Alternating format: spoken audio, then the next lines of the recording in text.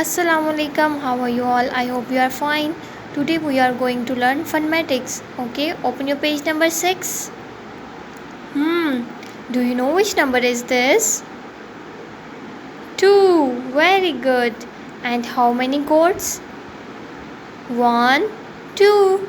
Very good. And okay, trace with me. Very good.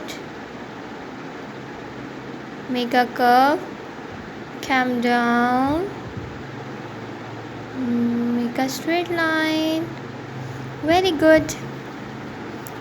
And इस वाली picture में हमने अच्छा सा कलर करना है.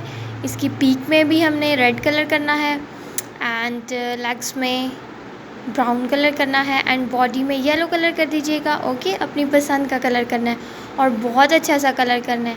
Understand? Okay, open your page number 7. Colors the trees that have number 2 written in them. ये क्या कह रहे हैं? हमने उन ट्रीज़ में कलर करना है जिधर 2 लिखा हुआ है.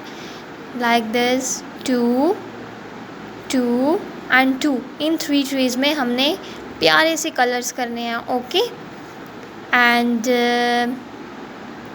What is this? How many? Only one now? No. How many carrots? 2. Very good. Match them. How many strawberries? 2. Very good. How many hen? Only one. No. इसी तरह ही आपने पेज नंबर 6 एंड 7 को कंप्लीट करना है और फिर मुझे check करवाना है. अल्लाह हाफ़िज़.